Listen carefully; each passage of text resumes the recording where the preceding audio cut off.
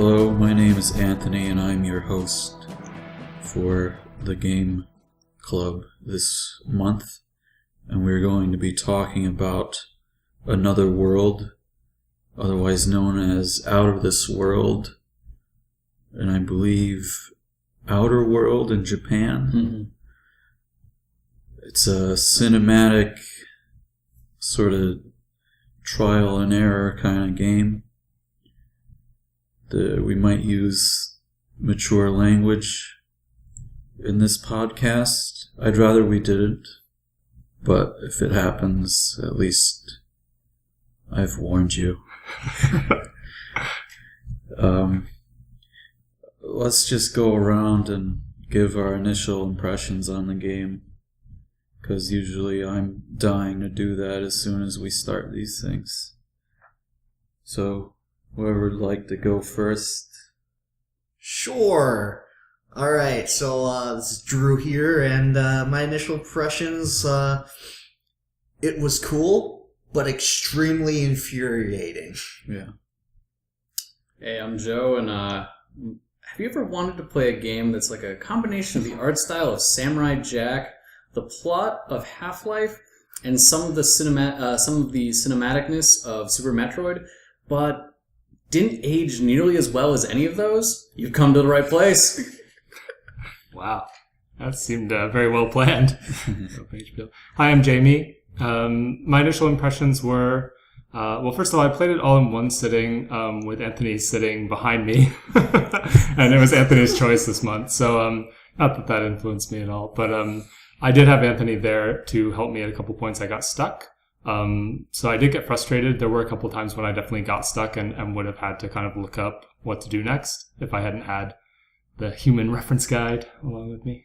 Yeah, I didn't want to give it to him right away, so I That's what she said.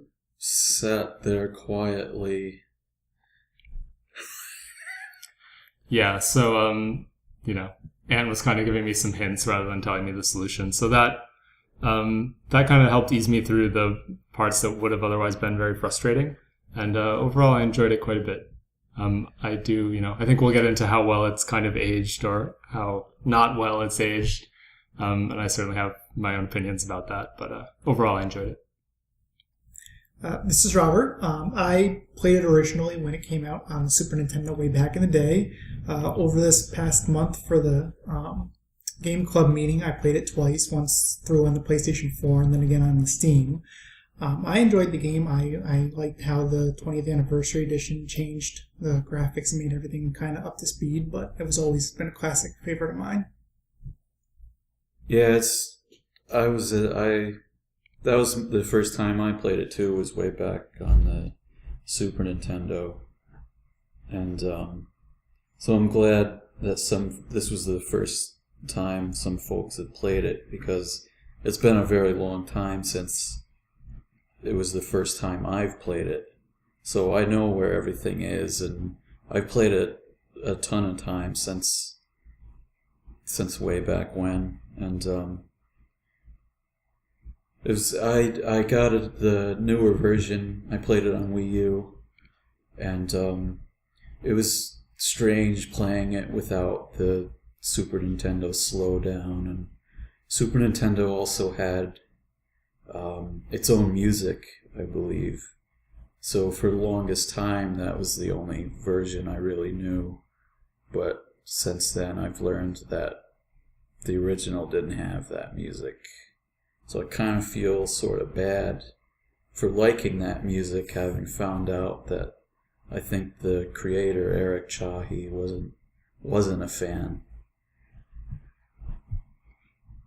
Yeah, there was some interesting discussion. So I don't know if anybody saw, I posted some videos of Eric Chahi kind of talking about his process of creating the game, which was fascinating.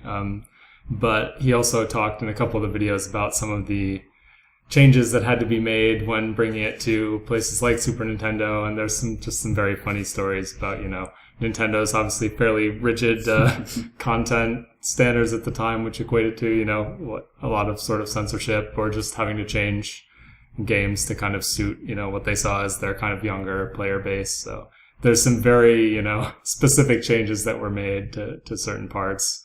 Obviously, things like the music were not censorship related necessarily. It's just like general kind of publisher meddling and stuff. But there were some mentions of things like the sort of scene where you crash into the sort of bathhouse, and there's just like the difference of like a few pixels as far as like the It's funny because I still understood that they were naked and in a bathing house.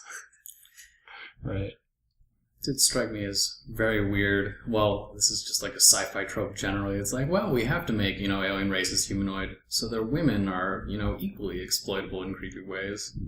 Because it definitely struck me as like a cheesecake moment that felt kind of inappropriate. Yeah. I laughed. I thought it was funny. I don't know. It was interesting to me when I was years ago when that sort of thing I hadn't seen much in video games. It was a more sort of mature scene, like you might see in a movie, and the game in general was very cinematic to me, and I thought of it sort of as a movie, and that to me that's why it was fun to go back and play it after knowing where everything was, and not making as many mistakes and playing it straight through. It's very, very cinematic. I know that there are some kind of criticisms that I've heard people say online of the game, and I think, as always with these game club discussions, people finish the game at different times ahead of it, and some people have some kind of discussions that precede the podcast about the game. And so there was some talk about whether or not, you can kind of get all of the kind of things that there really is to get and enjoy about the game, perhaps more efficiently even by just watching somebody play it, because, there are a lot of great parts about it that have to do with its cinematic qualities and kind of the way it conveys story with no dialogue, and just the environments and things like that, and how well they're kind of laid out.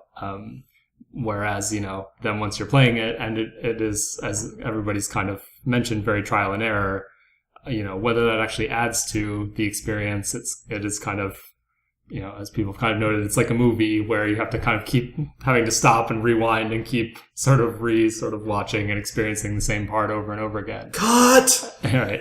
And is whether or not that's really kind of adding to the experience is an interesting question. Because it's definitely one that I'm kind of ambivalent about at the moment, as far as if it really added, the playable parts really added a lot to it for me, and just the interactive component. I have to say, for me in general, I did not get through all the way through the game. I quit probably a little bit before the end.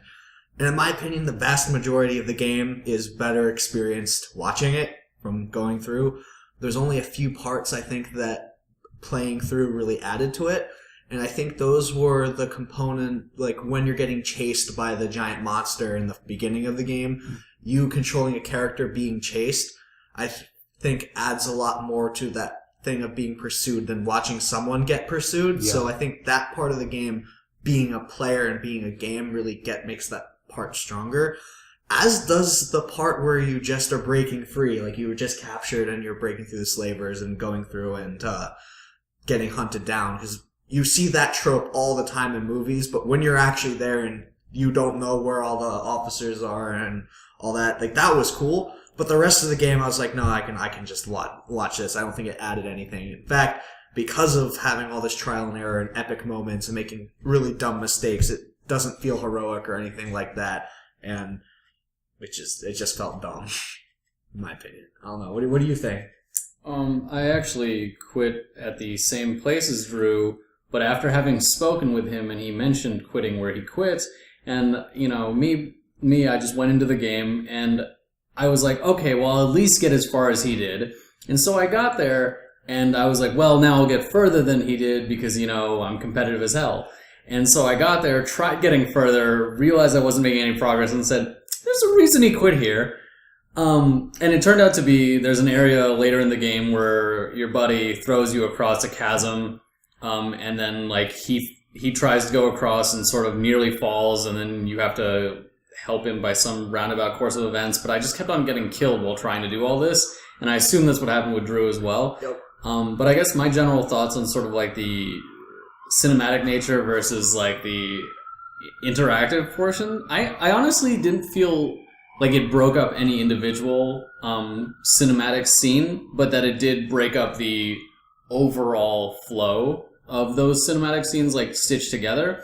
But like each individual one sort of felt like a little individual carrot and stick rather than like an overall one. And it was a lot cooler watching like a playthrough on YouTube per se, but that the individual things still felt rewarding in and of themselves, but not to the point where I was willing to deal with the frustration after a certain point. Yeah, I mean, so I had a few, very specific experiences of locations where I did get stuck. And I agree that I also had some experiences of moments where I felt like the interactive aspect really did heighten, I think, the emotion that it was kind of meant to heighten. So, I mean, I had areas where I was just getting killed over and over again by these one-shot kills during these gunfights, and I had Anthony behind me just laughing uproariously when I was dying over and over again. He knows exactly what to do, so I can just feel the, my level of feeling like a dummy just shooting through the roof. Like, I was having fun watching somebody play it again for the first time. Yeah. But so those parts were actually like pretty fun just because I don't really mind that, and it was just kind of fun to go back and forth. Like, you're not helping me, you're just laughing at me. But there were some areas where, I did get completely hopelessly stuck, and those I was already frustrated by the time. I didn't really want to ask for a hint, but I was at the point of just like, it's either do that or I'm gonna need to at least take a break and kind of calm down a little. So the first one occurred, and so Taro couldn't actually make it to this podcast recording, so he's not feeling well today, but Taro, as usual, did a lot of talking beforehand about his opinions about the game. As soon as he's done playing a game, he's ready to talk about it usually. He did seem to like this game. Yeah, he seemed to like it overall, but what was most interesting to me was the two main places he mentioned getting stuck were the exact same places where I got hopelessly stuck.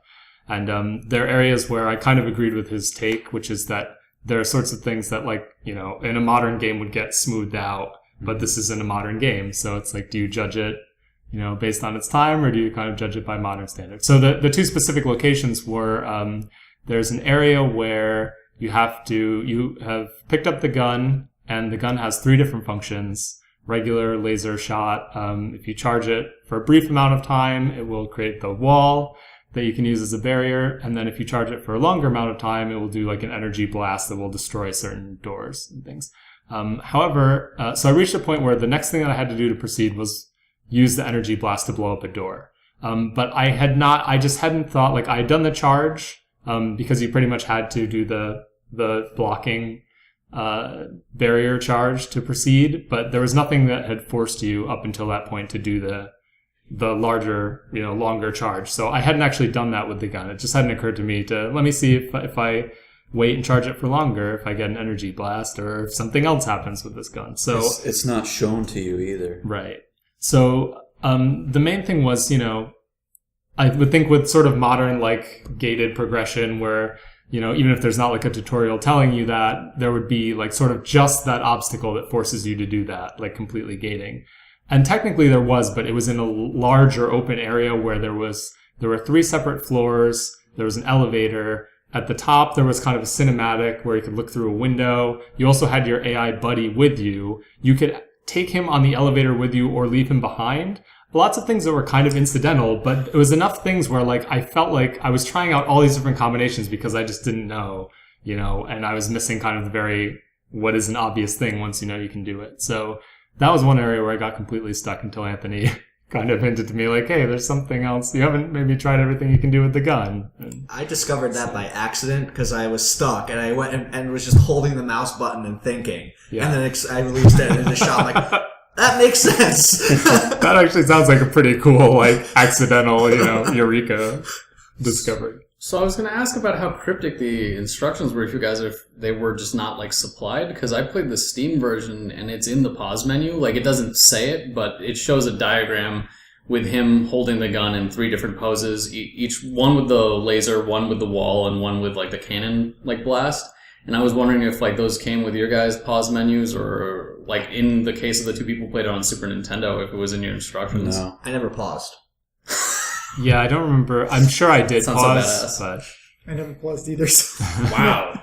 I'm playing with a bunch of amazing e-athletes, I guess. Pause button. What's that? What was the second place? Oh, so the second place was later on in the game. There was actually, so it came right after a part, which I'm not sure if it's the part that you're mentioning. It sounds similar, where you both got stuck. But there was a part where I got thrown over a chasm, and then you have to jump down, and then you fight two enemies in very close quarters, against a ledge. That part I probably died the most on, as far as like knowing what I had to do but not being able to do it. Definitely died the most. It was frustrating, but I did eventually get through it. And I was fairly satisfied, but then it was immediately after that. So it was kind of like, it was stacking frustration on top of other frustration. So what it was, it's a fairly involved puzzle. And there's a section where you need to sort of lure a guard that's on one screen into throwing a grenade down a set of steps. And so the steps go, from the screen that the guard is on down to an area where when the grenade goes to the bottom of those steps and hits the floor, there's an area that can be blown up. But the floor didn't really, it didn't have any of the kind of, Super Nintendo, Zelda, the things that, I'm used to in very hand-holdy, even not necessarily modern games, but like other Super Nintendo, games of like no cracks in the floor or anything that I noticed anyway. And just the fact that they were on different screens I just didn't put that together. Even though I had gathered that I could trick the guard into kind of throwing grenades. But, I think also you have to get the guard to throw multiple grenades. Mm-hmm. But the first grenade will put an indentation in the ground. So once you've done that, you'll at least kind of get, but you can defeat this guard and it does not respawn. So, Taro was complaining a lot about what he refers to as soft logging, where once you've killed that guard, you're stuck. And, even if you kind of are lucky enough that one of the grenades has hit the ground and you kind of get it, you'd still have to at least go back to your checkpoint. And thankfully, I think the checkpoint was after the gun battle. Yeah. So that was very good checkpointing in that case. Whereas I know some people had mixed opinions about the checkpointing, but I was very grateful for how the checkpointing was done there. But yeah, that was the other place where I got pretty hopelessly stuck and needed Anthony to give me a hint. Definitely, speaking of checkpoints, he was probably referencing me. I have some major issues with the checkpointing in this game because I think that there's a very strong difference between the flags in the game versus the checkpointing, which is mostly about where you are in the overall world, to the point where I ran into this issue where I was navigating between 2 points repeatedly because I got an event to trigger, would get to the place that that processes the checkpoint, as in you save there. So I figured, I've done this thing that changes the flag. Obviously it must save with the checkpoint. Turns out it doesn't. You have to not only bypass that area, you have to bypass that area in the same time as having shot down a chandelier in order to get that chandelier to affect where you're going. So the asynchronous nature of the logical checkpoints versus the positional checkpoints was driving me crazy. And I think it's one of the biggest playability faults of the game. Do you remember if you had to shoot that chandelier in the Super Nintendo version? I actually asked that about Taro because I couldn't remember exactly what it did, but then I remember reading something about how it allowed Buddy to progress while he's crawling through the little tunnel. Yeah. Except that I'm thinking to myself, if I hadn't read that you needed to shoot that chandelier, I wouldn't have even known that you had to shoot the chandelier. Maybe I just always shot it out of habit because I could. It was fun to shoot it. Is this the one where you can see the guard's reflection, or is that a different one? No, that's a different one. Okay. The chandelier, it's a level below where Buddy's in the vent trying to take down that thing that's blocking him. And I guess you had to shoot the chandelier to help him do that. Interesting. It's really random. I'm not sure if I did that. You did. I did, okay. I just remember the second one with the reflection. I had to remind you to do it again because you died, and it doesn't check for that. Yeah, so that's another area where I probably would have hit some of those problems. Because I do distinctly remember there was an area where I was dying a lot, and I finally kind of defeated the enemies I needed to defeat, but I hadn't freed Buddy from whatever area he was stuck in. Yeah. And Anthony was like, oh, you better go free him before you continue. Yeah. So I did get some more kind of hand-holding hints as well. Well, you were getting pretty frustrated. And Yeah. I wanted you to keep playing. That was at a point where I was amusing you to probably the highest degree. It's more than I wanted to. Yeah, I think the place I got stuck before giving up was actually when you're in the underground, like the cavern, and you have to jump off of a ledge and cross on Mites. something. I Mites. forget what one of the ites there. Mites. Tights, tight. You know what we're talking about. The ones that Ones come that hang down from the They ceiling. They gotta hang on tight. Yeah. Mighty. Anyway, You got a mighty hang on tight. Yeah. All right. I had no idea that those were even part of the foreground.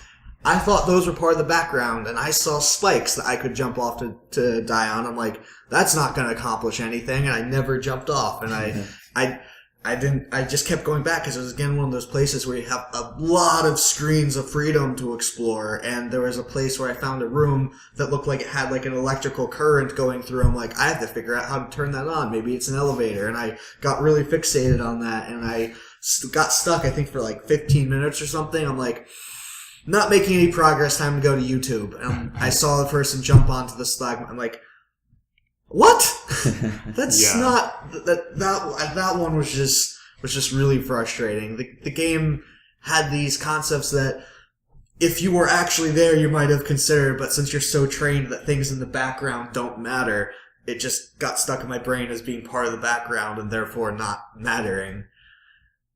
Yeah, I definitely had some kind of, what is interactable, what is part of the background issues. I was curious, I played the sort of anniversary edition where I believe they updated the graphics to some degree. Yeah. So I was wondering, like, if that was as much of a problem in the original or if it kind of was made better or worse with the graphical updates.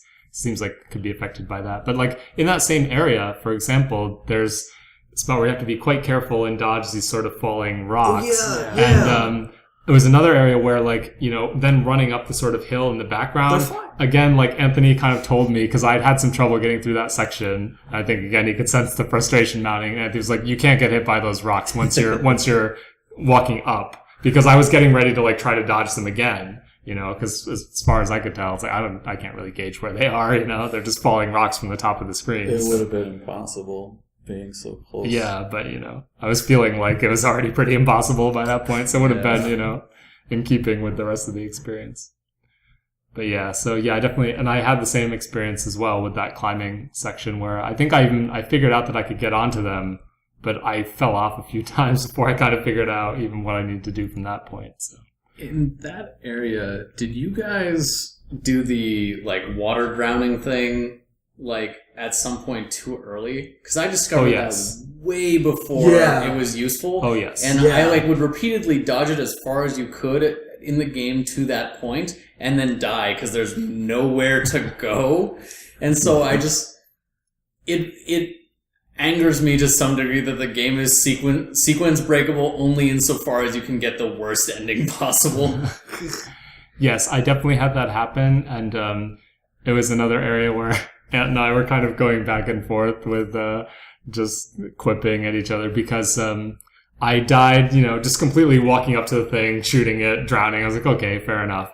And then I died a few more times just trying to get a little further away from it and try to see if I could then run. Because there were gaps that it seemed like you could get to. But it was the area that felt the most... I felt the most like, okay, this is a contemporary of, like, adventure games of the time, potentially, or, like, there was maybe some influence there, because it was just the fact that, like, as soon as the water touched, the very tip of, like, your sneaker, it just went into the drowning animation. You breathe through your feet. That's the weird thing about this game. Exactly. So it's just the abruptness of it that I was like, wow, this is, like, old school, adventure game death. Like, I remember, like, literally Leisure Suit Larry, that's, like, one of the first ways that you can die is, like, drowning in the bathroom. Just by, if you flush the toilet, you, like, drown. And it just kind of felt like that to me. It's like, oh, clearly, you drown when the water touches your foot. Flush. That's so many things you can learn from games. Fear. Yeah. I don't think we should reclassify Leisure Suit Larry as educational in any way.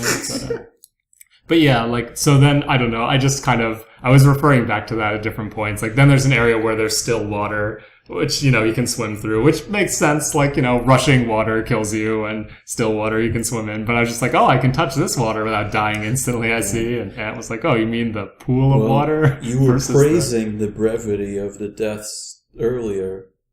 I do like that I could get right back into it because it's happening so often. At least it was a short, you know, drowning cutscene. So I played this on a plane. I really wonder what the people behind me thought I was doing, because I was just playing this game where you repeatedly just saw like, oh, a bunch of teeth, like, you know, what looks like an orifice, and a bunch of teeth show up, and then like all of a sudden like it's like, oh, there's a drowning cartoon guy repeatedly like 10 times in a row. Is this guy just like killing things to show us on a plane in this like perverse slideshow? And I like half wondered, like, maybe I should play another game, because right now I probably look like a serial killer. Nah, they all knew you were playing Another World. Yeah, he's playing classic Eric Chahi game, Another He's World. got good taste. Just imagine a 3-year-old just like, Eric Chahi, good choice. Yeah, good. I used to play that back on the Super Nintendo. In the pre-womb, before existence.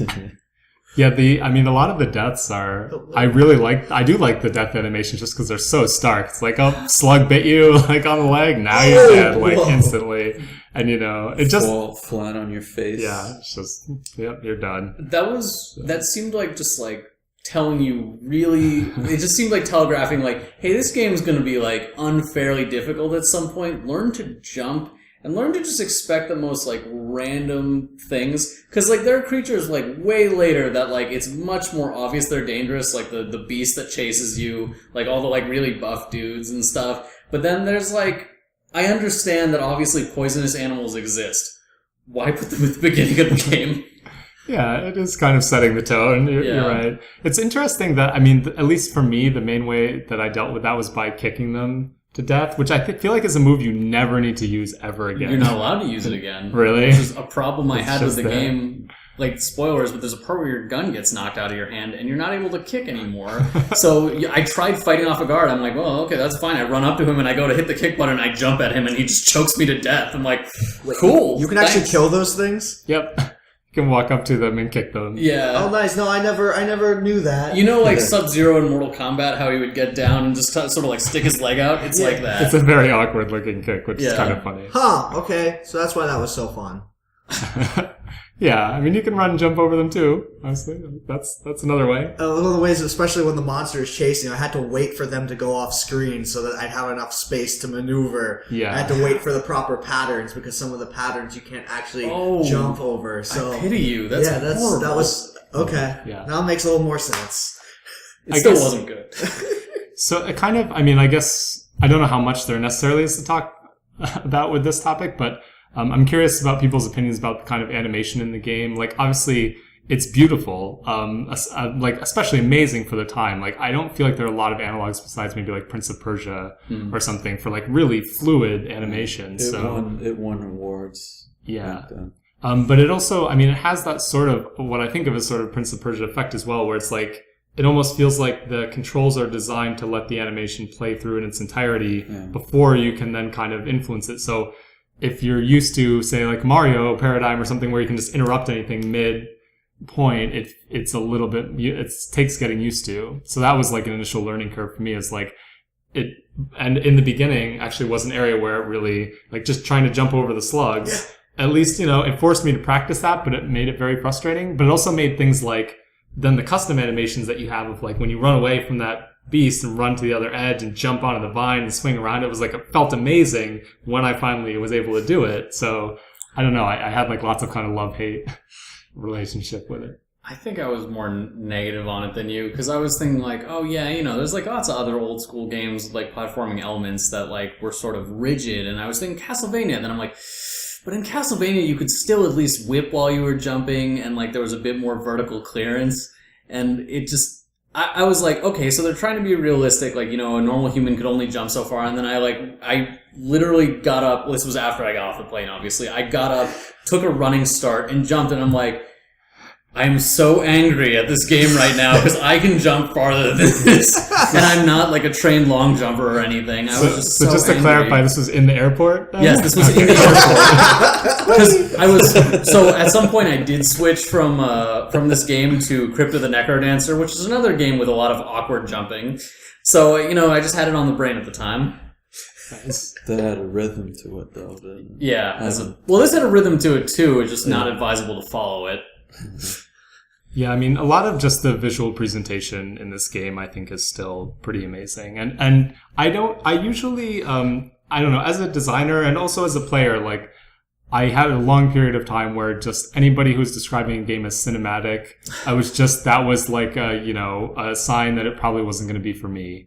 And it wasn't like an appealing, adjective to use. But, I don't know, I've kind of mellowed on that a little bit now. And I think particularly, I mean, I appreciated it playing through it, and just putting it in the context of the time. But after watching some of the videos of, Eric Chahi developing this like solo, and all the different ways that he achieved that, it was pretty amazing. Some of the things he did, like he developed all these processes for doing like rotoscope animation and things. I think because he said he had heard that Prince of Persia did it, and he's like, okay, this is probably pretty good. And he ended up saying like, yeah, I did all this stuff to be able to get like rotoscoped animation and be able to load that into the game on like the Amiga or whatever he was developing on. And I really didn't end up using it that much. It's probably used in like, 2 or 3 like short animation snippets in the game. He developed all these custom tools. He basically developed this on the fly editor, like the equivalent of something like Unity that we have right now. We had like code on one side and like a visual editor on the other side, and the ability to just change something in the visual editor and it would update the code and like this kind of, domain language that he had created, and they would just both affect each other. Like he developed all these tools, and like, it was just, I mean, it's pretty amazing for a game, that would be considered like kind of short by today's standards, but like just to get it like that level of quality with just him it's still like pretty amazing to me, like that he was able to do that. I definitely hear you. Like I've just already been like a pretty big critic of this game, but I respect the hell out of it. Like just like hearing about the stuff that he did in terms of just like pushing like 2D polygonal animation on like an Amiga, right, and then on every console known to man apparently, because it's been on like everything. I was surprised to find out there wasn't like a command line interface version or something. But like I respect the hell out of this game, even if I don't necessarily enjoy it. I think it's a like huge like odyssey of an effort, and mad props.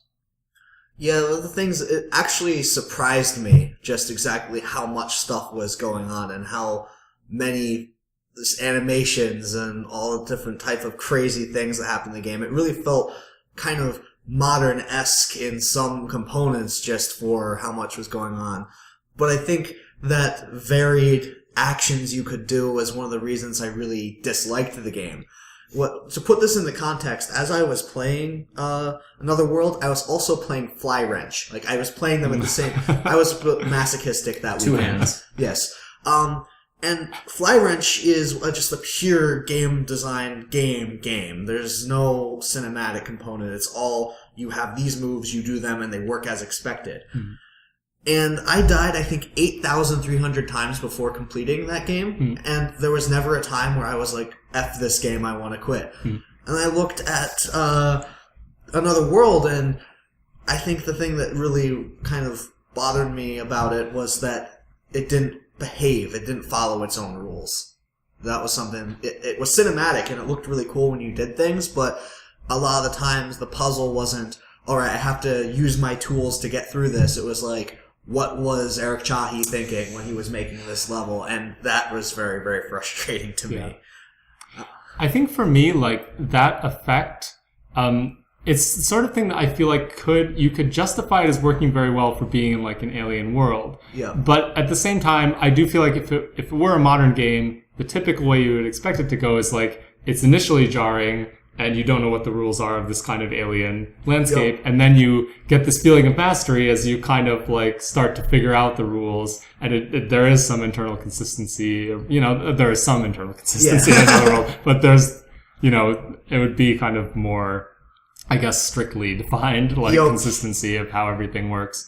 But so, I was mentioning before, like there were some areas where the interactive component to me, it really did make me feel like it heightened like what I felt like was the emotion the game was going for. And a couple of those were the areas where it just threw a complete curveball at me, the game, like where I was just in a situation that was nothing like what I had been in before. But I think in those situations, I also didn't expect it. Like there was no, precedent for that scenario. So it was like putting me back in the mode I was in when I first arrived. So like the tank portion, which I guess probably you guys didn't get to, but so there's an area kind of close to the end of the game where you just get into this large kind of tank-like thing, and it moves immediately out into this like Coliseum area, and there's just all this chaos. Like that beast that you encounter at the beginning, there's like a bunch of those running around. There's all these gunfights going on. You just escaped a room full of those that you let out of their cages. Right, you let them out to create like a diversion, and then you're like running through. It's intense. Like it's great.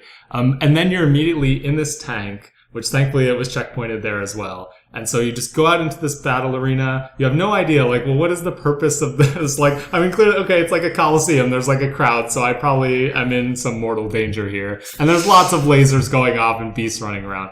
But it shows you like this kind of inset interior view of just a bunch of buttons, like just the command console of this alien like tank, and you can just like move your finger around and just hit buttons. So it's like, here's a giant unexplained interface, like, basically, great. And you don't even know like really what you're trying to do. You just know like if you don't do whatever it is in a certain amount of time, you get blown up from like lasers, blasts, and everything else. So I mean, I did do that a bunch of times. But really, like, even then, the tension didn't diffuse for me that much. It was just like, I would blow up, and then it would just go right back into, like, the thing going into the Coliseum, and now I'm back at the console still hitting buttons. So, I mean, I knew in the back of my mind I could do this endlessly, but the kind of, like, opaqueness of the whole thing, like, really heightened, the fact that I'm not on Earth, and I have no idea, like, I'm really kind of out of my depth at the moment. So that was really cool. Like, and it was a very self-contained thing where I then could figure it out. Like, you could start to see small effects like, okay, I hit this button and this other set of buttons opens up. So that seems like progress somehow. So now I'll focus on these. And it was very interesting. How was playing Edge of Tomorrow the video game? Because that's what it's beginning to sound like. Just like coming back to life, like in like this place that you've been dying repeatedly and just like having to like slowly just like A-star search your way into like figuring out like what the optimal path through your life is. Yeah. Because like that's honestly what that sort of like repeated iteration made me feel like every time. Yeah. Yeah, I think what's you make a good point. In that case, not knowing what's going on and not having it act like you might think it would make sense because you are in a situation in which you're being presented with an alien interface. But the other times that I'm talking about are like you're walking through a cave. You Right. walk through caves. Every day. Every day of my life, I walk through a cave to work. No, but you can walk through caves, and you sort of have a concept of how that should work. And from the way things do, it actually works like it does on Earth. The problem is that since you're playing a video game and not actually there, the controls that you always have access to are left, right, jump, and shoot. But there's so many times where you have to do more than that, and they just make up new controls on the spot to get through this specific situation that you never do again. And it's that type of stuff that just, like, it can look cool, but that stuff just frustrated me. I don't know if that really added anything to the game or not. Contextual controls without context clues is like kind of how I felt at the time, just like having to pick up these new maneuvers, like when you had to jump onto that vine and stuff. It's like, well, I mean, I guess I see in retrospect how I should have figured that out, but at the time I was just like fiddling around. What I liked about the game was that it wasn't repetitive in the sense that today's modern games say they would teach you how to blow up a wall. And then by the time you finished playing the game, you've blown up 300 walls the exact same way. But in this game, every single new screen was a brand new puzzle. You haven't experienced it before. You haven't solved it before. It was a new thing to figure out, a new way to play the game.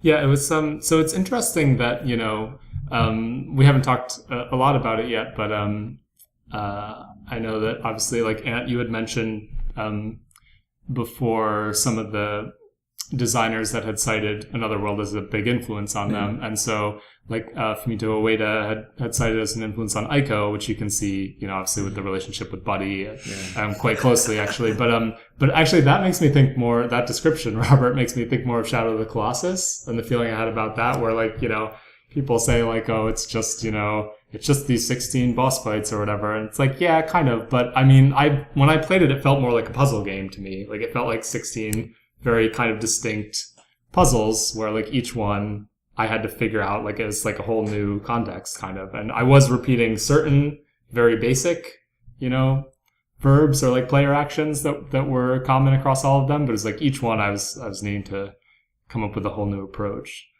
So it's interesting. I don't know, like there might be some just kind of residual sort of influence there as well, just in terms of that structure of like constantly, putting the player in a different context, like a very different puzzle to solve.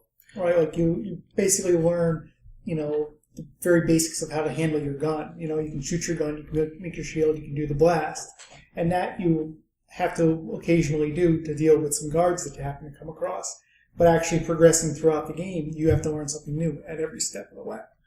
I think I can see there's a lot of strengths to that, because you're right. In a lot of modern games, by you reach, like, was it hour 7, you're like, this is not interesting anymore. I've had that happen, and so I haven't been able to play AAA titles really in a very long time. I just don't have the energy to keep playing. This specifically, I think it's, going back, solving a puzzle is fun to me when I know the pieces for what it works, and when you make up new rules that aren't there. I don't know how you can kind of merge these two goals of wanting to make it interesting, feel unique, and feel cinematic while also having consistent. I just think you don't have enough computer power to do that with the age it came from. So I think that's what it had to result for, and I think it did the best it actually could with their tools there. I'm not sure if he could have gotten exactly what he was going for by doing anything else. That's a pretty strong statement. I don't know what you think about that. I see where you're coming from, but I disagree to some degree. That doesn't sound right. But just like we were talking about sort of the idea of novelty versus consistency, and I think there's like things that sort of merge those two a lot better that predate this game, but maybe not with the cinematic scope that this game has, obviously. Like, I'm thinking of, like, Rogue and stuff. Mm-hmm. Like, a game that has, like, new novel events happen procedurally.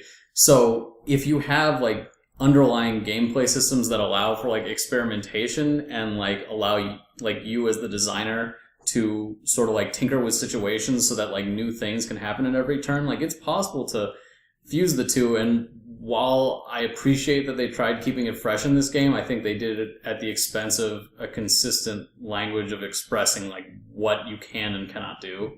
Yeah, I mean, that's a very difficult comparison to make, though, I think, between one of the most procedural games and this, which is one of the most constructed, like, predecessor to, like, very scripted kind of games, I feel like, in lots of ways. Like, everything that's happening is sort of quite scripted in Another World, it feels like. But yeah, no, I mean, that is a good point, though, that, like, there are, precedents as far as other ways to do it. It's just, it would maybe be a very different game if it was, like, a highly procedural kind of thing at that point. Well, maybe more to the point than something like, say, Link to the Past or something, which, structured as all get out, but, like, can keep things novel by the addition of, like, new items that have consistent rules of like use, application, like and situation, etc. Yeah. So I think that's like sort of like a better point about the merging of those two, where you can keep a consistent rule set but like have new situations. Yeah. I mean, it is, interesting that obviously like, so yeah, as you mentioned in Zelda, like you're constantly getting kind of new verbs, like new player actions and, in a very structured way. Whereas Another World, Eric Chahi just kind of stretched out like that gun and your basic platforming like kind of as far as he could in the amount of time that the game took. And, I think the way that he did that is the way that I would still try to do it today if I was designing a similar game, which is like just try to come up with different environmental puzzles that now there's a different thing in the world that somehow reacts differently to my one thing that I can do, which is like shoot. I have 3 different types of shots and like a jump basically. So what can you kind of do with that? And yeah, I mean, some of those I really love. Like there are things that actually, when I was playing through this, there were areas that puzzles I solved without a hint. And it was actually just because like I remembered reading about apart in like Nintendo Power back when I was a kid, and wow. it just stuck with me like this puzzle. And one of my those God. is the reflection in the like chandelier thing. Oh, So there's yeah. a guard walking underneath kind of this mirrored ball, and you have to kind of wait until it's sort of centered and then shoot. And that just like, I mean, I can't think of an analog. Like, that was such a great use of, like, Eric Chahi's obviously a very talented artist. Yeah. So you can kind of portray that in a way that makes sense, whereas, like, a lesser artist, that would be such a muddled thing to even tell what it is. But you can kind of tell what it is. He pulled it off. It looked like reflection somehow in pixel art. That was really cool. And that's, like, without, you know, introducing any new, like, things that the player can do. Just, like, a new situation, a new context. Like, that still really impresses me. I really loved that part because you're right. It was in the environment and you still interacted it using your tools that you always could use. But If I had an opportunity to interview Eric Chahi, I'd ask him one question, and it'd be related to that. It'd be like, with how fond you were of rotoscoping, did you straight up like set up a like crystal ball chandelier in your house, have one of your friends sit under it, take a picture of it, and then like draw over it? I really hope the answer is yes. I really hope so. that was a really cool part. I love the way you tell that it worked is that you hear the scream. Like it's so perfect. That was really cool. How do we feel about Buddy? He's never called that in-game, No. right? There's Yeah, it's just what everyone knows him as. Well, they put it in quotes. Is it in the credits or No, there's not in the game. There's no text other than the end in the game. I think the Super Nintendo version had a crawl in the beginning, didn't it? Yeah. Winners Don't Do Drugs? Was that there? No, it wasn't an arcade game. Darn. It was, he was writing in his diary of where he had gotten to at that point.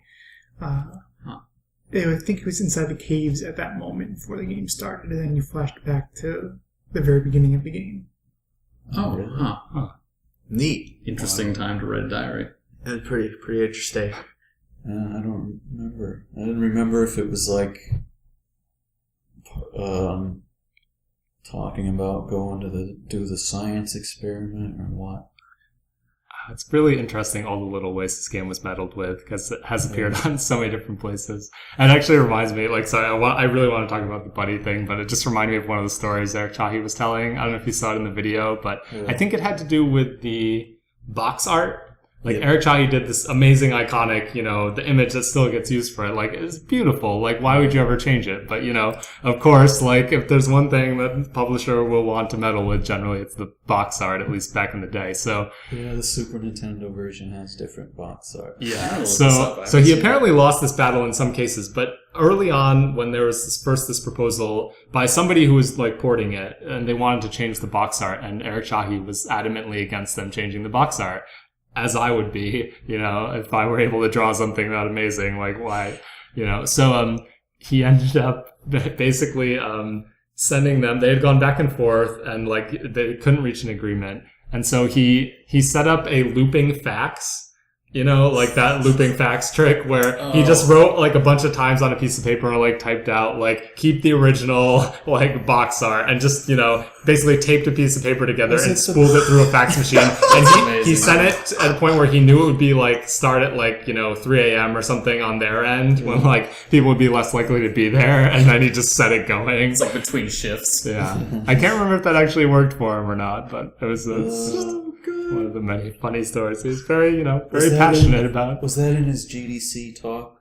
I think it might have been. So there were two videos that I recommend anybody listening check out. One is he did a talk at GDC as part of their sort of like postmortems of classic games, where they have creators talk about them. So that's available for free to watch on the GDC We Vault. should link those in the YouTube. Yeah, we'll link to them. There was another one that I think was just on like French television. There was a documentary where they also talked to like some of his friends at the time who weren't involved with creating the game, but they just give some insight into like kind of his lifestyle and like really interesting stuff. Like, I mean, it's neither here nor there for the game, but like one thing that stuck in my mind was his friend mentioned, like, yeah, I had known him for like 5 or 6 years, and I had no idea he was a game developer. Like, he just never mentioned that. Just because, like, for me, I'm just the type of obnoxious person who, like, it's such a part of my identity that usually comes up early. I'm like, yeah, I make video games. No big deal. I'm sure that's the video that's included with the game, the 20th anniversary Steam edition. If you look inside the folder, you'll find a 20-minute video. Nice. And I remember that part being in it. Awesome. If I just saw like that there was a 20-minute video in that like directory, I would have thought it would be like tips and tricks or something like that. All right, Buddy, that was the original thing? Yeah, sorry, I didn't mean to divert from Buddy. Yeah, so that was one of the parts I think that playing the game definitely added to, because again, this game had so many like story tropes for sci-fi games that don't actually come up too many times in games because they are so cinematic. But having that random guy that you can't talk to, but you both kind of figure out you're in this situation, I actually was, even though we couldn't communicate and I didn't really understand it, like I sort of was attached to it. It's like, yeah, we can do this, buddy. And I thought that was kind of cool. I don't know. You're looking a little incredulous. Oh, I liked him when he showed up. Yeah. And then like, so, you know, there's like a part where he like, does he push you down the hole or does he just like push you towards the hole? Where, like, he then, like, apparently goes down in a fire, like, in, like, a hail of gunfire. You later find out he survives and stuff. But, like, when that happened, I was like, oh, man, you know, alien guy, because I didn't know the name Buddy at the time. I was like, no! Shaking my fist at the sky for those who can't see. But then later when he turned out to be alive, I was like, oh, I no longer care about you because you're manipulating my emotions. And maybe it's just that I've played too many like late 80s, early 90s JRPGs where it's like their characters just straight up show up to like noble sacrifice themselves. And I thought that's what was going to happen. And then my problems with Buddy got compounded with like you having to help him through like that random air duct and just other stuff, like basically guiding this dude through like by solving puzzles so that later he can be the muscle that helps you like survive like later conflicts. I had problems with him mechanically later.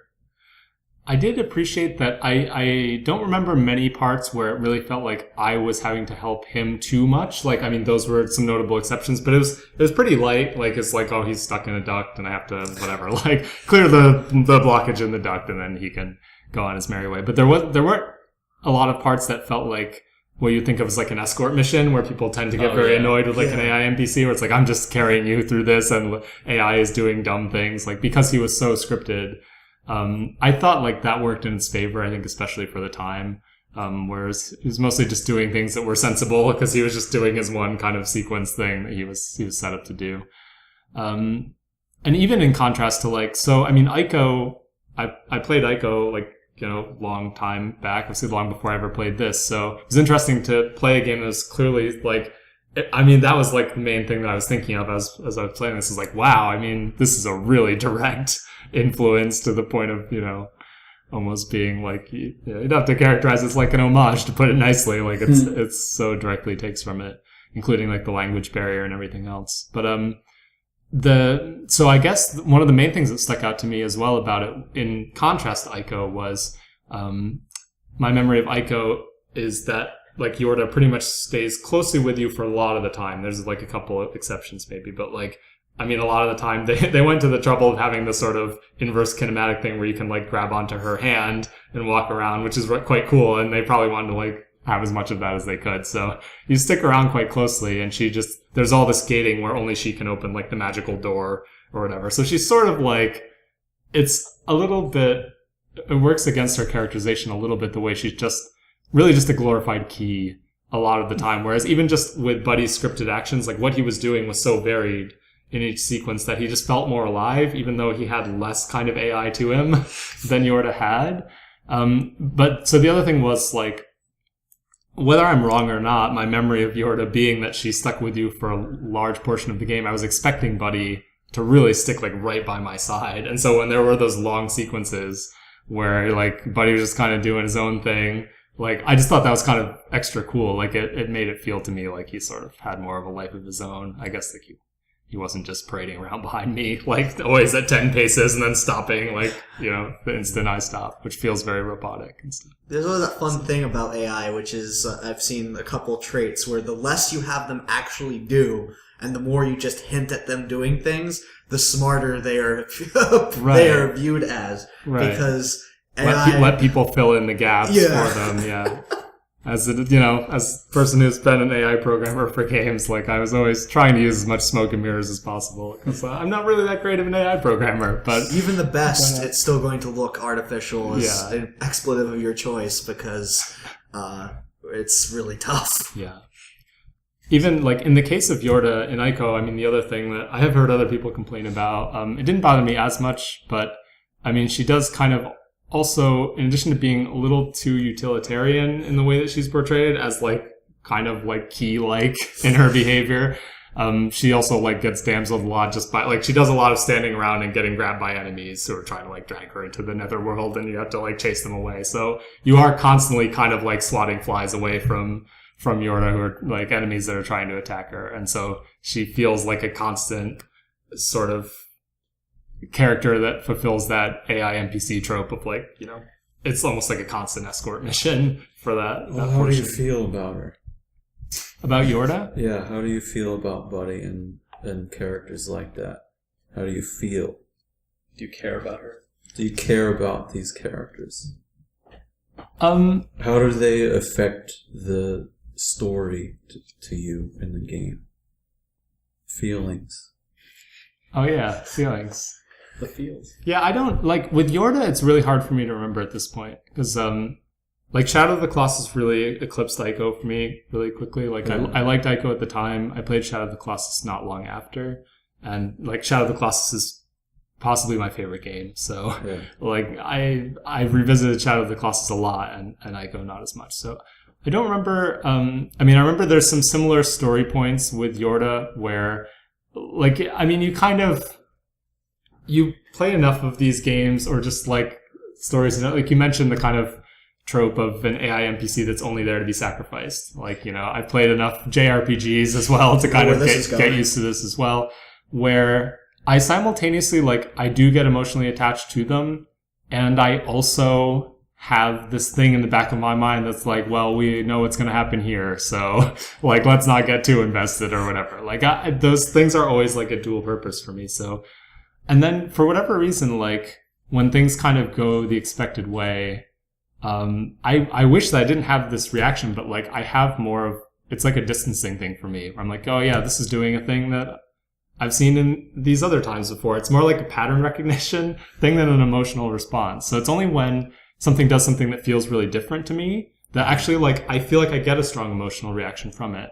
And so that's why it did contrast so much like Buddy with Yorda to me. Is like I had more of an emotional connection, I feel like, to Buddy because Buddy was doing more varied things than I expected him to do, even though again there was a part of my brain that's like, well, he's doing like very scripted stuff or whatever, and I'm like, you know, thinking of it in terms of like, well, how is this implemented in the programmer side of me or whatever. But yeah, I mean, I got emotionally attached to Buddy at different points. I didn't feel frustrated with him, which is like a baseline. That's kind of like a baseline thumbs up for me as far as an AI NPC. I think characters like that add to like the feeling of loneliness in games because like he's the only one in this world that's not trying to kill you. And then in like, I haven't played Ico, but I played Shadow of Colossus, and there's like the horse and the girl who's sleeping, so there's no one to talk to. Yeah. Don't even get me started on that horse. Yeah. That actually, so Aggro, I think is his name. See, Yeah. I say like my favorite game, I should know. But in Shadow of the Colossus is an AI-controlled NPC that I feel like I had a very strong emotional response to the things that Aggro did. And to a ridiculous degree. Like, I'm probably not even going to get into it too much now because I've literally written like 20 pages out about this unprompted. Just like at one point I started writing about it. I think, sorry. No, please. Super Metroid has those animals you can rescue, and like, I think that kind of thing adds to the loneliness of that. I've been dying to talk about Super Metroid. And there's like the baby Metroid as well. Oh yeah, there's the baby Metroid.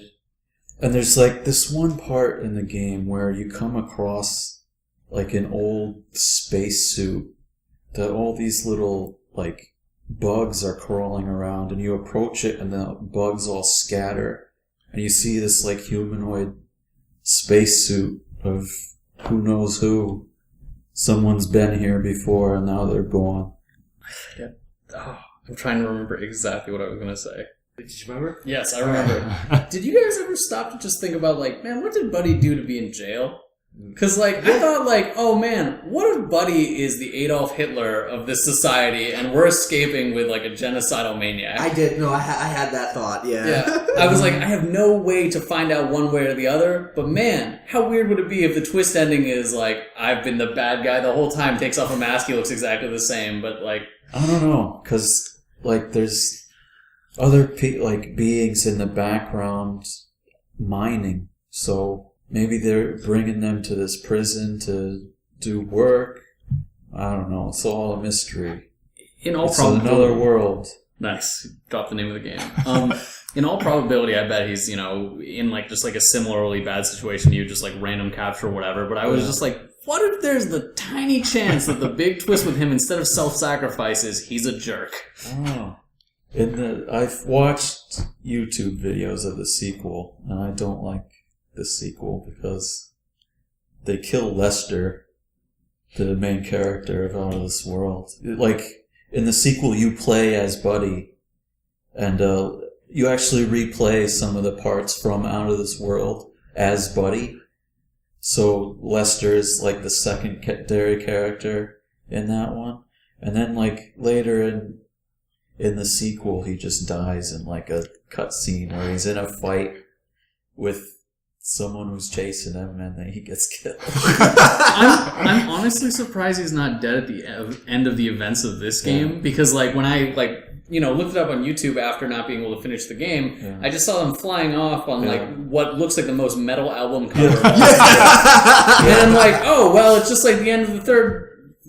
Spoilers! It's like the end of the third Matrix. He Jesus himself for like the good of all of alien kind. So like, I think Buddy gets back to his home village or something because all of his people are around, and he has like a funeral for Lester. They put him on like a big table, and he gets zapped into nothing, just like the laser beams do with the guns. Huh. Very interesting choice for a funeral. Yeah. They don't mess around with too much of a mourning period. Or, At least I think that's what happened. It's good. Efficient rituals they have. I think for me, the interesting thing with Buddy is in a lot of games, like it's kind of supposed to be clear that this is supposed to be someone you really care about. And the thing with me is, I thought it was interesting because care about is kind of like a bad term, because I was like, this is an alien guy. I don't know what he did. He's in jail too. But we're both trying to get out, and we're helping each other. He's a pretty cool guy, and when we're done, we probably won't see each other again. But this is kind of like this fun experience. It was an escape platonic hookup. That's basically exactly what it was. Yeah. It's like, yeah, come over to my place. We'll get out of this prison alive. Yep. That was sort of like that. It was a very interesting thing because I haven't had like you don't see games where you have an experience like that. Like characters you're with are supposed to be. They're there for the whole time when they get killed off, but this was just like, yeah, it's just kind of a dude, we're gonna break free and then toodles. Like it was kind of amusing. They even play with the interchangeability thing later when there's the imposter buddy who shows up. Like when I saw that, I was like, is this straight up like y'all look alike to me? I was just like, wow, this is weird. I don't know if anyone got that. That was my view. He had red eyes. I don't remember an imposter buddy. Which Well, part it was was that? it was the character who catches you when you fall. Oh, yes, okay. And then slams you against the wall, right. kicks you in the face. Yeah. And you have to crawl to the lever to pull the lever. I think, in fact, I was dense enough that, yes, I got caught. I was like, oh, it's Buddy. And then he, like, whipped me up real fast. I was like, oh, cool, he's real strong. I didn't put it together like, wow, that was kind of extra violent. I was like, wait, that's not Buddy at all. I It probably took me, a ridiculous amount of time even after that to realize it. Like, I'm seeing double. 4 buddies. I'm just imagining that happening in real life. You're like, oh, buddy, that was pretty hard, man. And he just comes over, starts kicking you, like, oh, God! Yes, now that we've escaped, it's a whole different Yeah, relationship. it's weird that he catches you just to throw you against. Yeah. We've been trying to kill you all this time. Just let think it go. It's a reaction. I think he wanted to be the one to do it, right? Yeah, I guess so. It's very Vegeta of him. Yeah. Maybe he was the guy from the beginning that's watching you swing from the cage. He landed and on you his best friend. Yeah. Smush his best How friend. weird would that be? That'd actually be kind of cool if they gave that one red eyes. It's interesting to me that, like, some of the most memorable examples I can think of like an AI, a relationship with, like, an NPC, it seems to be so much easier to do it as, like, a non-human character of some sort. Like I said, like, the horse in Shadow of the Colossus is probably, like, my best example of, like, a most affecting one for me. And so much of it was because, like, I didn't have the set of expectations that it would be, like, perfectly human in its behavior, which is so hard to replicate. But, like, yeah, I mean, just having different languages, or, like, different species, or whatever it might be. It's either, like, I feel like there's this trend of evolution of people kind of following that, exploring that style. And then there's, like, this sort of telling stories about characters, after the fact through, like, documents where they're still not there, even though they're human. Like, you just kind of piece it together where you don't have to have the effect of them, like, standing around awkwardly or robotically, like the stuff that breaks, the sense of immersion. But, like, yeah, I don't know. It's still, like, kind of unfortunate in a way that, like, we still haven't, like, cracked that, I suppose. But it's interesting to, like, try to put all of the games that, have followed on with, like, non-human, non-dialogue based, I guess, like, NPC interactions. Like, I think you can trace a lot back to, like, Another World as far as that goes. Yeah, I think you're definitely right with it's sort of like the Uncanny Valley scenario, and I'm just thinking, like, man, realistic human AI, always 30 years away. No matter what time period it is, always 30 years away. Speaking of which, this reminds me of there's an interesting point, because finally a group was able to claim the prize for the Turing test. God. Did you hear about this? This is the worst exception ever. Did you hear about this? Do you know what the Turing test is? I know what the Turing test is. For the readers. For the listeners. Yeah. So the idea was proposed by Alan Turing, was a very important person in computer science, mathematics. Look him up. He's good, awesome dude. Was an awesome dude. But he proposed this idea of telling if an AI was strong enough and actually human. He didn't claim that it was proof, but he claimed like it was an interesting test. And the idea is you take a human and a robot and you put them behind like a screen. And you have an actual human ask each of them questions. And then at the end they have to guess which one's the robot. And if you can have a robot that performs has the same chance or more than the human, then you've passed the Turing test. And finally, an inspiration to chatbots creators. creators. It is the inspiration for chatbots, because there has been this contest every year. If you can win the Turing test to a certain percent, then you'll get this money. And a group finally collected the money for it. And how they did it was they had the bot claim that they were a kid whose first language wasn't English, or whatever the language was. That's absolutely exactly how they did it. It's the worst workaround. I mean, I guess it works, but in some ways, the fact that, like, the Uncanny Valley, the phenomena of, like, the closer to human you get, the, like, harder it is to convince people. The fact that the interaction of, like, hey, being a foreigner makes you less inherently humanized in the eyes of other people is an interesting implication from this passage of the Turing test, and I'm just like, that's creepy for a number of reasons. The AI reason and the commentary on the way we view foreigners. Yeah. But I think that's ties to this, right? That's the same, another example of the same kind of thing we do as game designers all the time. It's like we set the initial kind of baseline of expectations, we kind of, I guess, lower the bar a little bit from, like, adult human, like, intelligence of two people speaking the same language, where you would expect to really have this, like, very clear rapport with this other character, and all these different ways we come up with to kind of, like, let's just lower that expectation or just change it around a little so that, we don't break the player's sense of it being real. Just imagine if you had The Sims, but everyone just spoke English. It'd be really awkward. It's like, yeah, man, you like trains? I like trains too. Yeah, train buddies. And then like your relationship thing goes up. It's really awkward. Is your dad still big in the train? What's he big into now? Space Ghost. Space Ghost references, everybody. It's what this podcast is all about. So, yeah, I mean, I don't know. At some point, I don't know that it'll come up naturally, but I'd love to, for a future game club or just for fun, like, look at some of the examples of things like chatbots or basically like, people who are trying to push the frontier of like an actual, interactive conversation. Cause I mean, there's all these different things that still just aren't there that would need to be there in order to have that sort of, non-immersion breaking interaction with an NPC. And so like, I mean, conversational component is one, and there's people like Emily Short and just people who are like in the interactive fiction community where they've pared away everything else, like all the graphics, everything else, and just are focusing on that. And I mean, there's this whole, suite of like academic AI that, it's a big area of focus with things like, Siri and whatever else, like, being things that there seems to be a market for.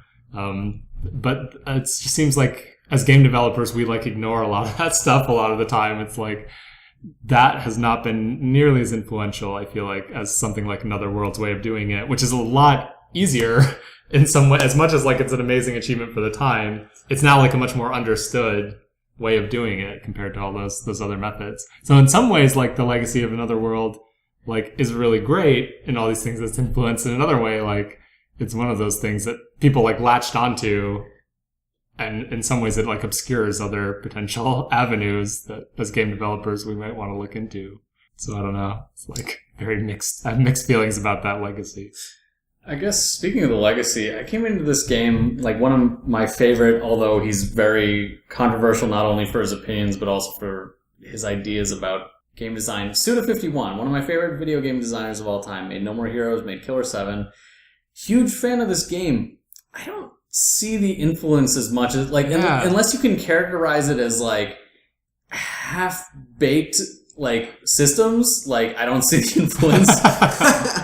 In terms of like atmosphere, I see an influence, I guess. But I was thinking about that too, because who is it you said? Like you said, Ueda had cited him, and Suda, Kojima as well, which is an interesting one too. I think he said it was his favorite. It was top 5. Yeah, favorite. And Kojima, I could see, like, I mean, I can think of lots of moments in Metal Gear Solid where you're kind of working with, like, an AI, like NPCs, basically, in different capacities. But yeah, Suda was the one for me as well. It's like, that was the best I could come up with. It was, like, kind of like cool visual style and atmosphere. Yeah. I could see, but gameplay-wise, it's hard to see, like, what's the atmosphere, the through line. It's important, though. Yeah, because absolutely. A lot of games, like, the style that it had is very... I haven't run into it, and I haven't played hundreds and hundreds and hundreds of games. I've played maybe 150 games or something like that, but like with actual stories. But it had a very unique feeling to it, and maybe it's even the inspiration being, as a game designer, I can use art and stuff to actually focus on this type of atmosphere. Right. Might just be enough. Yeah, it's not even like I'm not trying to say that there's like a one-to-one tone between the tone of Another World and the tone of Suda's games, which is a pretty wildly different thing. But yeah, that's not what I'm playing. I'm playing that. It's a thing that you can focus on. Right. Exactly. I think like the only thing I can really see with Kojima, I can see it because there's a lot of like environmental storytelling. Even though like his games have like pretty explicit story, there's like a lot of environmental storytelling that sort of like informs that. The problem with making the connection to Suda, who's a really big fan of Kojima actually, so this might just be like, a 2 degrees of liking the style thing. But the problem with him though is that while there's environmental storytelling, it's oftentimes in direct opposition to what the characters are saying. And so that's why I have a much bigger disconnect with his work and like the influence. And so I wonder if it's just hey, I really like Kojima. He really likes this game. I really like this game. Tough to say, but yeah. Have any other fun discussion topics? I don't know. What do you want to talk about? This might be a dead-end topic, but has anybody played any of Eric Chahi's other games at all? No. I'd be curious to hear though, because I looked into a video of Heart of Darkness, which is the most generically titled thing of all time, and not related to the book. But it looked interesting and sort of like an update of this concept, and I wonder if it played quote unquote better. Yeah, I'm curious as well. I haven't played Heart of Darkness. I haven't played Flashback, the sort of non-sequel sequel. Flashback I've played, but I don't know if he was involved with it. Yeah, no, it sounds like he wasn't from the sort of videos and documentary stuff. And even Heart of Darkness, like, it seems like he was like one of kind of a team of designers on it, and I don't know like to what extent he was really kind of like a creative lead on it. But yeah, and so it's really, I mean, his career is really interesting. I had no idea, because he's so linked with this game, like so much more disproportionately to anything else that he's worked on. I was actually, I mean, not necessarily surprised, but really interested to learn the amount of games he made before Another World. Like, he's quite a prolific developer. Before that, like, he worked at Delphine Software and had made some games that were quite well known, at least in kind of like in France and, you know, probably like throughout Europe and for other like kind of Amiga or kind of computer game players in Europe. So he was like already fairly known by the time Another World, at least like in certain areas. But then like, it's just, you know, yeah, it's like Heart of Darkness, he was like involved with to an extent. And then, you know, he just kind of like left games for a long period of time. He's clearly like this sort of like polymathic talent in terms of like just the amount of stuff he did on Another World. He can kind of do it all. But I have played a very small amount of From Dust, which was sort of like his return. And that's the only, you know, that's, you know, a game that he was sort of credited as creative lead on. And it's really interesting, like, because it's just, it was sold as this sort of spiritual successor to Populous, which is just an odd thing, because, I mean, what, you know, I mean, Eric Chahi didn't work on Populous, and, like, Peter Molyneux's still around, you know, in some sense of the word, so, no, I like Peter Molyneux quite a bit, actually, but he's a character. But yeah, so From Dust, but it is, I played just the demo of it, and it's like, it's really cool. It's interesting to check out because it feels so much more kind of system focused. Like, it really does feel like kind of a Lionhead game. So I can see why they tried to kind of push it that way.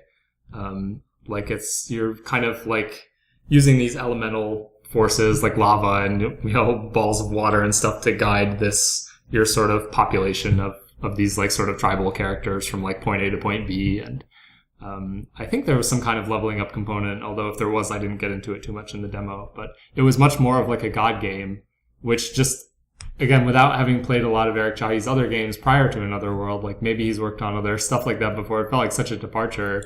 Like, you know, I feel like there's a lot of people who kind of like, if they take a break from games, what brings them back is like people, they have this fan base and the fan base wants to see them do the same exact thing that they did before. So it's kind of like, I feel like really admirable, like, just to come back and do like a totally different thing. Like, I don't know. He just seems like a cool dude, basically, is my thrilling conclusion from that one. Oh my god, best summary. But like From Dust is definitely worth checking out. Like, I want to play more of it. Cause, I want to play more of his games. I guess I have a question that... Sorry, were you gonna... You can go. Something I noticed, is there a direct connection with Half-Life? I mentioned it in the intro, but I got such a Half-Life vibe at random points. Just like the idea of like this, like, I mean, obviously the influence goes the other way around. Like, you know, this came before Half-Life, if there is an influence, but there's the, you know, there's the teethed like pits that have like grabby arms. There's the scientist going to another world through a teleporter because of an accident. There was some other connection I originally drew, but I don't know. Like, I know that those are both elements of like pulp fiction stories going back to the 50s and 60s, but it seems that with how influential this game was amongst like the game design community, that there has to have been something there. Does anyone have any information regarding that, or am I just grasping at straws? I mean, I can see why you would draw the connection. I'm not aware of any like explicit... The first Half-Life? Yeah, the first Half-Life. I think I've only played the second one. I'm not too familiar with Half-Life. If I'm not mistaken, I believe Half-Life itself is inspired by The Mist. Oh, by like MIST? Stephen King. King? Yeah. Oh, okay, King. okay. At first I thought you meant MYST. I was like, wait, how? No, a failed accident in some kind of science lab. Oh, Somebody opens okay. up a portal to allow aliens to come on through. Yeah, I was really confused. I thought you meant like living books. I was like, I don't see it. Speaking of like that story, there's the thing I wanted to talk about. Of all the things, I thought it was pretty cool, but right at the start, him driving to his lab in a Ferrari or whatever, I was just like, what? I don't know if that like a reaction that I did, but I saw what in the start and I'm like, no. He's so cool. Yeah, it was cool. It was 1990. It did. I think that was something else. It struck me as like a very nerd power fantasy, but Yes. like in the way of the nerd being the powerful guy, which Even is part of the- the Half-Life connection. Even the computer greets him and says, I see you've come here in your Ferrari. Yeah. Oh yeah! Oh my god! That seemed like product placement at that point. That's Yes. awesome. It's like, oh, did you enjoy a meal at Burger King before coming here? That's right, I came here in my Ferrari, just gonna do some, particle accelerator experiments. Just crack open a can of soda, yeah. I just another guess day. because two of my roommates have been in physics and like PhD stuff, and that's not They're not driving Ferraris, right? No, they're not driving Ferraris. I'm shocked. that part, I guess, I always hear all these stories about how video game stories aren't taken seriously because they're all these power fantasy stuff. But I am fairly young compared to some of the people I've heard saying these things. I grew up in the earliest stuff I can remember are like the Final Fantasy stories, and they're not like these geeks or whatever. They're just these soldier people. And it's like whatever.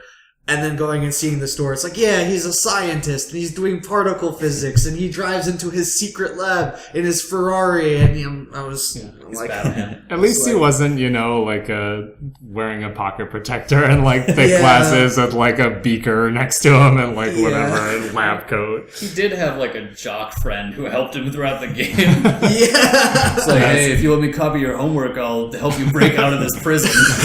Another world brings everybody together, all the different communities.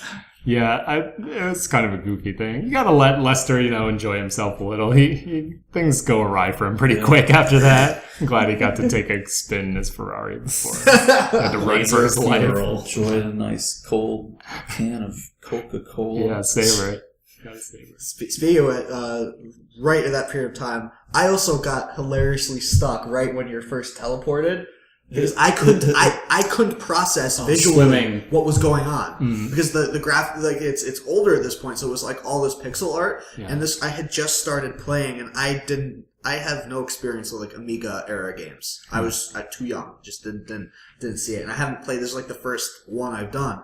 And so my brain hadn't gotten used to really sorting through the pixels to turn it into anything. So I'm just sitting there. I'm like, what am I looking at? And then it just restarted. I'm like, is something killing me? I didn't even see the tentacles coming up to grab me. It just looked like water was coming or something like that. I don't know if anyone had a similar experience. So I didn't run into the tentacle dude in the water. I got out and then I was like, oh, well, I guess I can rest here, try to figure out the controls of the game.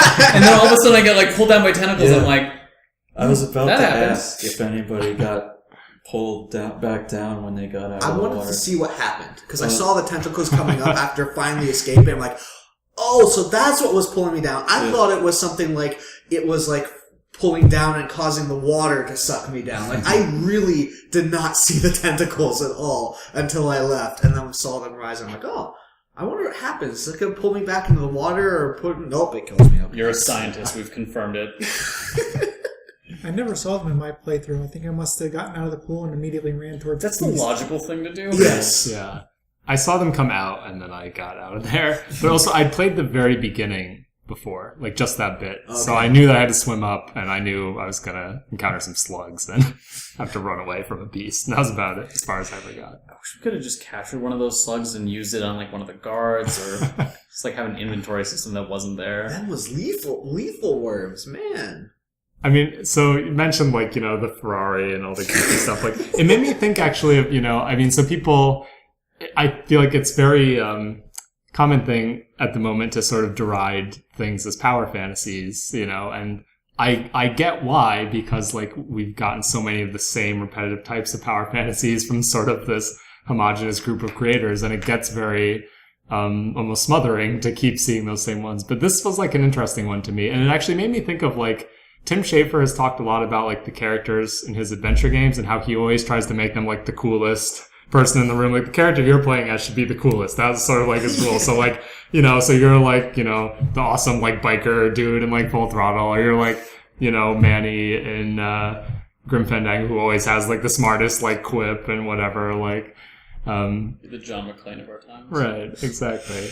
So I don't know, it's interesting to me that like this felt like a slightly different, at least like a variation on a power fantasy, where it's like, wow, you're like the smartest dude ever, but you're also cool and you drive a Ferrari and you wear sneakers, and like, wow, I'm so awesome. Then you're immediately like, oh, you got killed by a slug, like, sorry, you know. It just, you know, builds you up and then immediately like drops you. Drown. Yeah.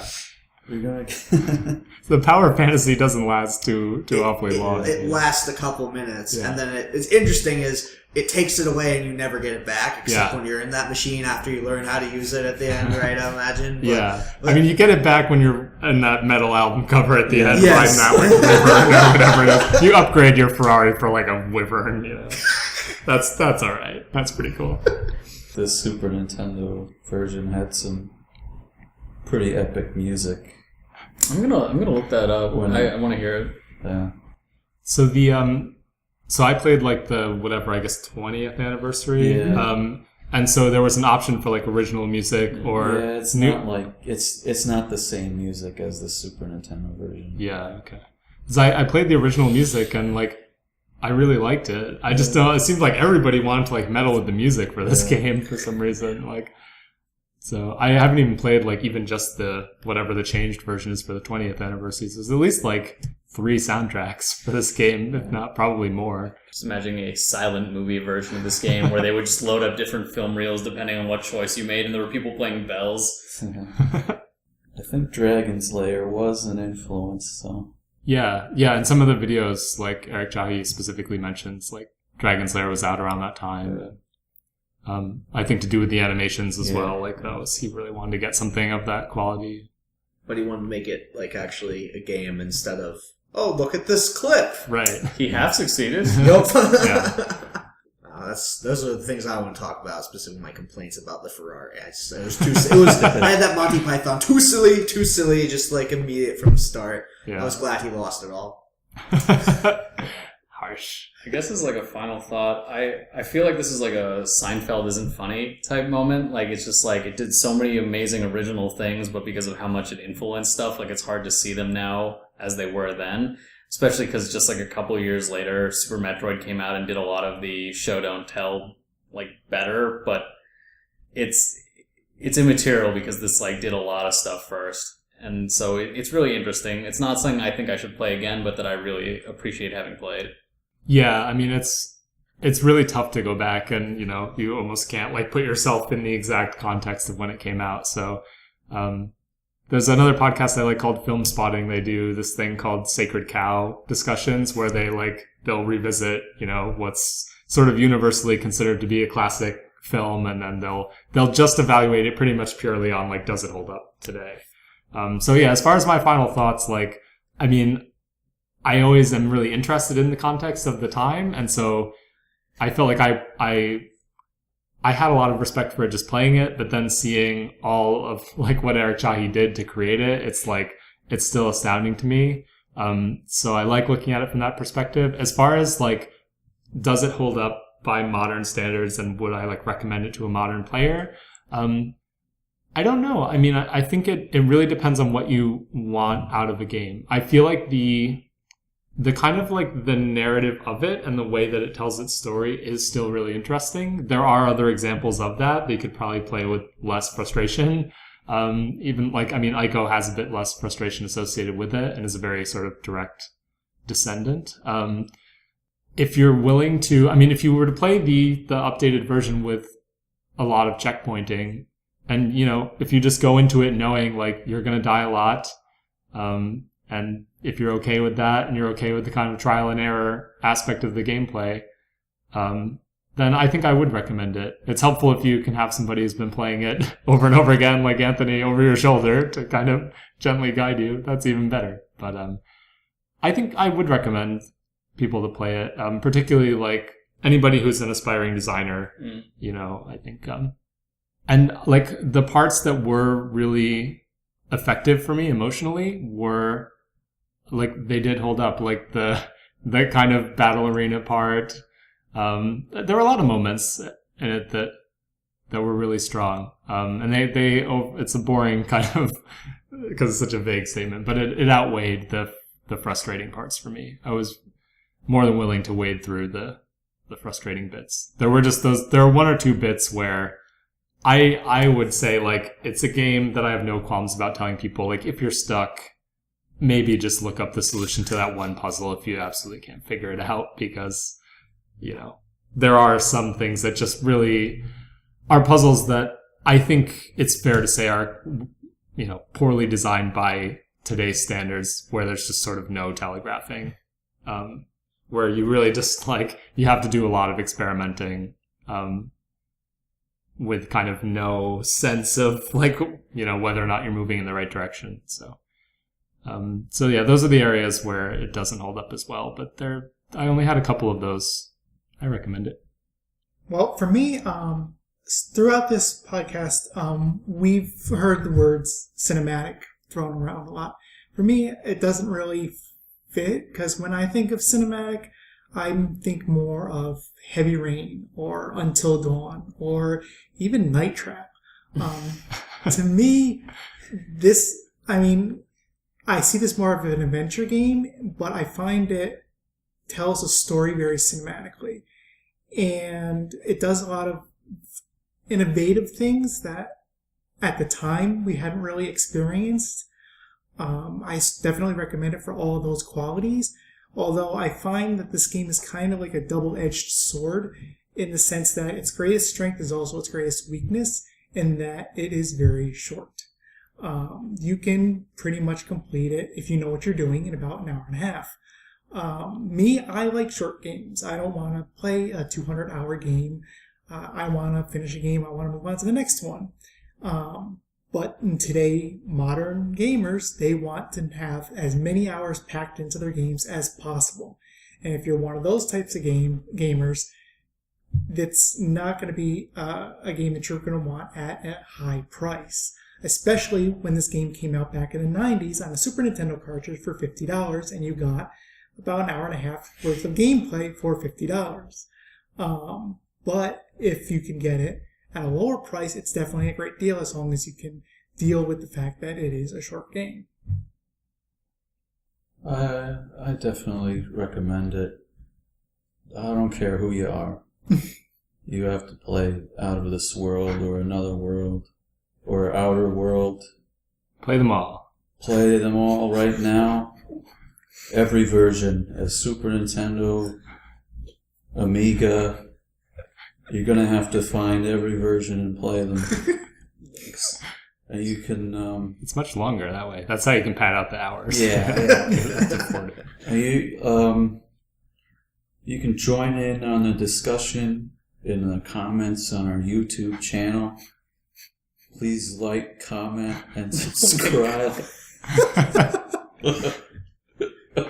Man, we're getting to be so professional at this. It's amazing.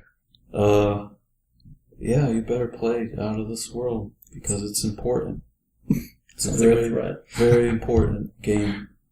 It's one of my favorites. I'm going to have to say, if you are interested in game design and the history of games, play it for the sake of that. If you are looking for a game as a modern game player to have an enjoyable game, I cannot recommend it.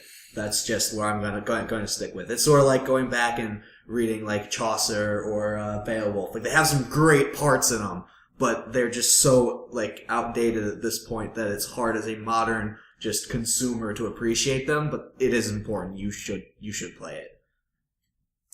Does anybody have any particular recommendations, just to ruin our nice, potential stopping point, of like games that seem like they took some element that you liked from another world and are a game that you'd feel more comfortable recommending? Super Metroid. Yeah, Super Metroid. Sword and Sorcery, Super Brothers Sword and Sorcery kind of reminds me, especially like the look of it. That's a good game. Ico, Shadow of the Colossus. Any developer who says they liked Out of This World, you should probably check out their games. Flashback. Yeah, Flashback is cool. Make sure you play Flashback. Flashback even uses the same gun pickup animation. Wait, really? Yeah. Play every version of Flashback. It's imperative. Was it even ported anywhere? Actually, they remade it in 3D just a couple years ago. Really? Wow. I saw they put Lester Knight in like some brawler or some like mobile game or something as like an extra character. Does he have his kick? His mighty kick? Yeah, he had his gun in his hand. I don't know if he uses the kick. It was just so funny to see him as a guest character in another game. Hope he shows up in Smash I was Brothers. about to say that. Darn. Yeah. Confirmed. He's in the next UFC game with the gun. His final Smash beat. His Ferrari comes in. He's greeted. The door opens. The computer's inside. He's like, "Hello, I drove the Ferrari this time." Yes. Cool. Well, is that all? I think no one that's has anything else to say? Alright, I guess that concludes this month's podcast for Another World.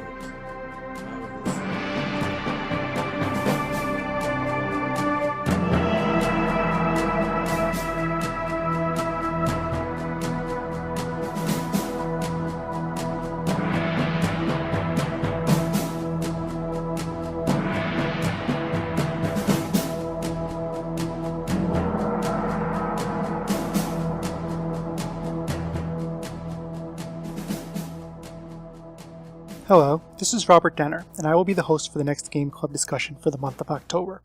Just in time for Halloween, we have a spectacular discussion coming up on the critically acclaimed PlayStation 4 horror hit from Supermassive Games, Until Dawn. Featuring actors such as Hayden Panettiere, Brett Dalton, and Rami Malek, Until Dawn is a narrative-driven cinematic horror game where a group of friends gather in a family lodge in the Canadian mountains and in typical horror movie style must survive the night. So turn off the lights, grab your flashlight, and join us for a night of spine-tingling suspense here at the Tech Valley Game Space.